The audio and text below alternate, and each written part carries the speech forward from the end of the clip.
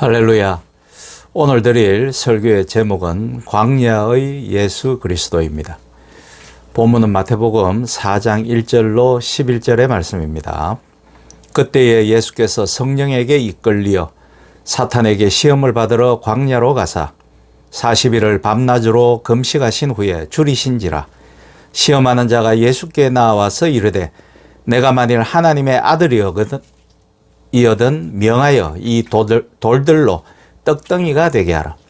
예수께서 대답하여 이르시되 기록되었으되 사람이 떡으로만 살 것이 아니요 하나님의 입으로부터 나오는 모든 말씀으로 살 것이라 하였느니라 하시니, 이에 사탄이 예수님을 거룩한 성으로 데려다가 성전 꼭대기에 세우고 이르되 내가 만일 하나님의 아들이어든 뛰어내리라. 기록되었으되 그가 너를 위하여 그의 사자들을 명하시리니 그들이 손으로 너를 받들어 발이 돌에 부딪히지 않게 하리로다 하였느니라. 예수께서 이르시되 또 기록되었으되 주 너의 하나님을 시험하지 말라 하였느니라 하시니, 사탄이 또 그를 데리고 지극히 높은 산으로 가서 천하 만국과 그 영광을 보여 이르되 만일 내게 엎드려 경배하면 이 모든 것을 내게 주리라.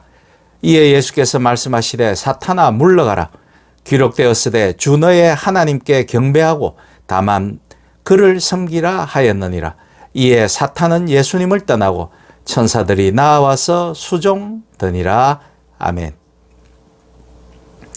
세례자 요한에게서 세례를 받으신 후에 예수님은 복음 전파 사역을 시작하기 위한 준비로서 유대 광야로 나아가셨는데, 그것은 자의에 의한 것이 아니라 성령에 이끌리어 시험을 받으러 광야로 나갔다고 본문 1절은 전하고 있습니다.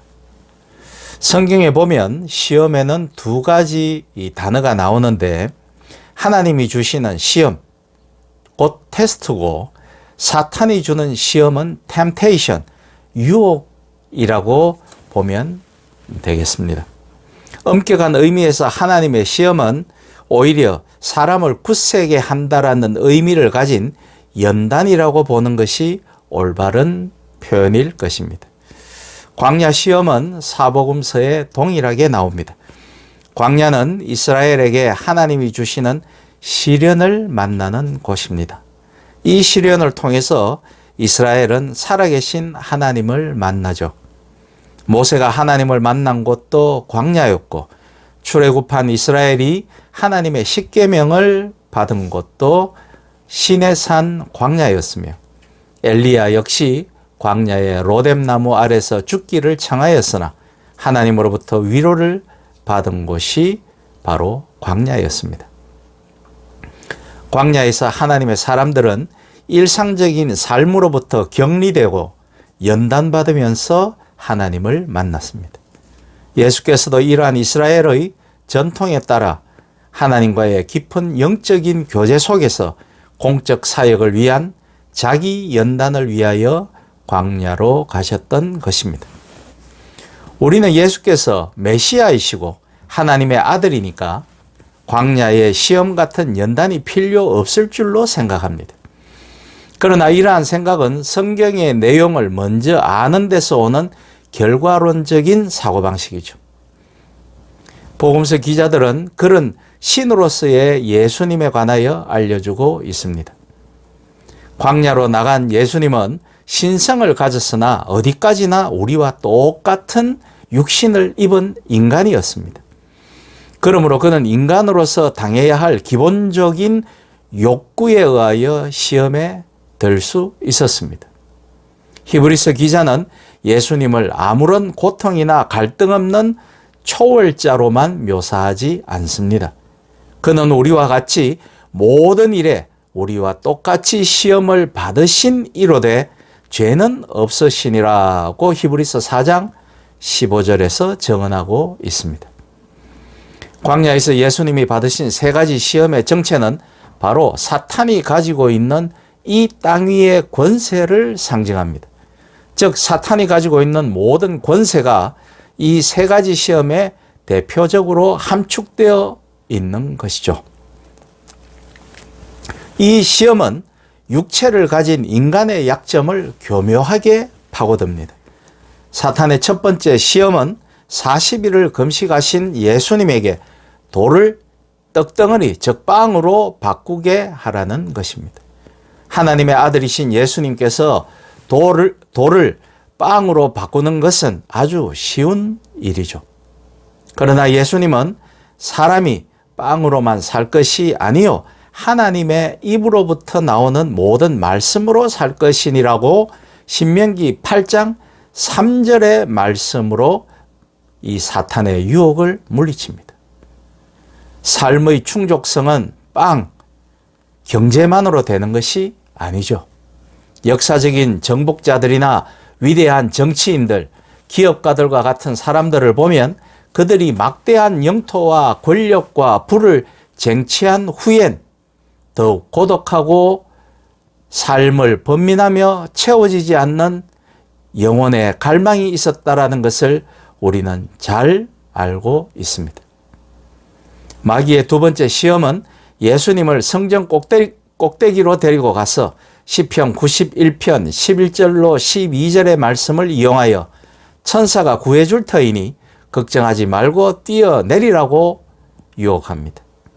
사탄은 예수님더러 종교적인 이적을 행사함으로써 그가 메시아라는 것을 보여주고 백성들의 마음을 사로잡으라는 것입니다.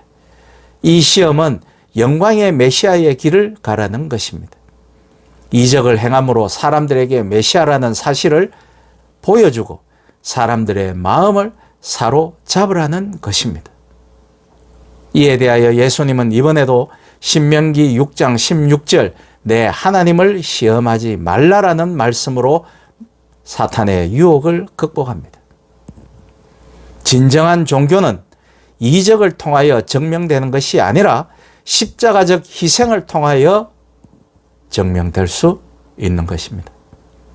그런 의미에서 그리스인 조르바를 쓴 니코스 카잔차키스의 역작 중에 하나인 순환과 엔도 슈샤크의 침묵이라는 소설을 읽어보시기를 권합니다. 진정한 종교란 이적을 보고 믿는 데서 신앙이 성장하고 발전하는 것이 아닙니다. 사람들의 인정과 추종과 지지를 바라는 것은 인본주의적이며 자본주의적 종교요. 진정한 기독교가 아닐 것입니다. 그걸 예수님이 보여주시는 거죠. 인간의 육신으로 말씀입니다. 예수님은 이러한 정신으로 십자가상에서도 로마 병정들이 내가 하나님의 아들이거든 스스로 구원하라. 십자가상에서 내려오라 등 유혹을 물리치셨던 것입니다. 그는 십자가상에서 힘없는 죄인처럼 죽어갔습니다. 사람들은 예수가 아버지라고 부르는 하나님으로부터 버림을 받았다고 생각하였습니다. 그러나 실상은 하나님은 십자가에 달린 예수님과 함께 계셨던 것입니다. 예수님의 부활 사건이 바로 이를 증명하는 것이죠. 그리고 마지막으로 마귀는 지극히 높은 산으로 예수님을 데리고 올라가서 나를 경배하면 천하 만국의 영광을 얻게 될 것이라고 유혹합니다. 이것은 예수님이 사탄에게 굴복하면 세상의 모든 쾌락과 영광을 주겠다라는 것이죠. 사탄은 예수님에게 이 세상의 영광과 메시아적 사명을 교환하자는 것입니다. 이에 대하여 예수님은 사탄아 물러가라고 명하시고 신명기 6장 13절의 말씀을 통해 하나님만을 섬길 것을 강조하며 사탄의 유혹을 이겨냅니다. 인간은 하나님과 세상의 부귀영화를 동시에 섬길 수 없음을 예수 그리스도께서 선포하신 것입니다. 이 세상의 부귀영화와 근세는 만몬, 즉 물신입니다. 예수님은 이 세 가지 시험을 모두 이기셨습니다. 그리하여 사탄은 떠나고 천사들이 나와서 수종든다고 오늘 본문 11절은 기록하고 있습니다. 시험은 반드시 죄가 아닙니다.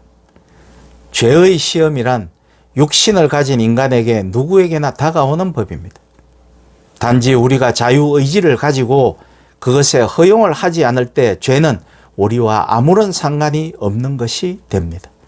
예수님은 3번 사탄으로부터 유혹을 당하였으나 이를 거절하여 죄를 범하지 않으셨습니다. 예수님은 인간이 받는 기본적인 시험인 물질, 명예, 부귀영화의 시험을 받으시고 그것을 이기셨습니다.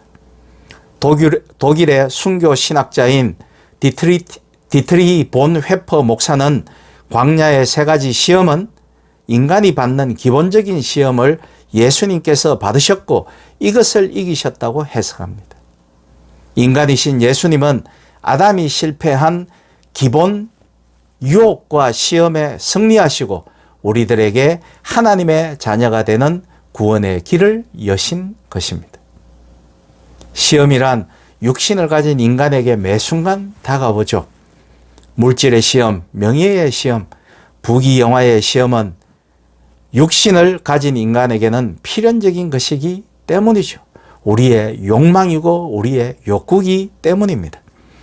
예수님이 광야에 나가서 40일간 줄이고 인간이 당하는 3가지 시험을 당했다라는 것은 그의 성육신이 영지주의자들이 말하는 것처럼 가현이 아니라 실제로 우리와 같은 육신을 가지신 인간이 되셨다라는 사실을 입증해 주는 것입니다. 예수님의 3가지 시험과 학자 메슬로의 5단계의 욕망을 비교하면 깜짝 놀랄 정도로 비슷한 것을 알 수 있습니다. 이는 무엇을 말하고 있는 것일까요? 마귀의 권세는 물질에 있음을 알 수 있습니다. 마귀는 이 땅에 있는 물질을 가지고 하나님의 자녀를 유혹하고 넘어지게 만듭니다. 예수께서는 친히 시험을 받고 고난을 당했기 때문에 그는 우리를 도우실 수 있습니다. 그 모든 욕망과 욕심, 욕구들을 알고 계시기 때문이죠. 예수는 그 자신이 고통과 시련과 유혹을 당해 보셨기 때문에 우리 인간이 당하는 모든 시련과 유혹과 환난 가운데서 우리의 사정을 잘 아시는 것입니다. 그래서 그는 우리의 중보자가 되실 수 있는 것입니다. 40일간의 시험을 받으시는 나사렛 예수 안에서 우리 인간의 죄와 고통 가운데 함께 하시는 하나님의 모습을 보여주십니다.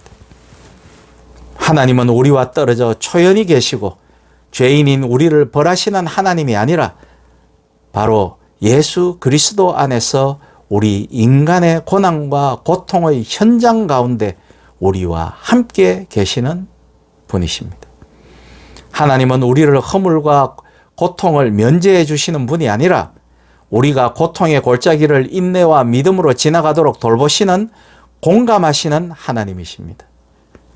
예수 그리스도는 광야에서 40일간의 시험을 통하여 이러한 시험 가운데 우리와 함께 하시는 하나님을 보여주셨습니다.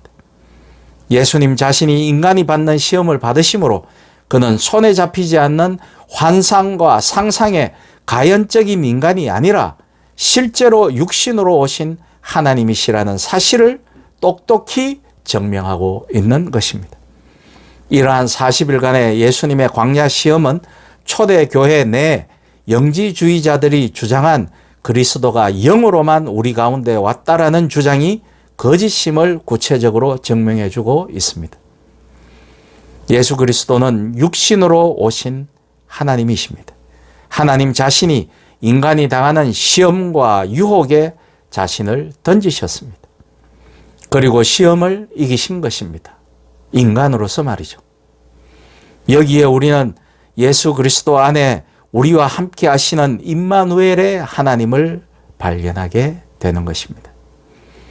이것이 바로 복음입니다. 나사렛 예수 자신이 바로 복음이신 것입니다.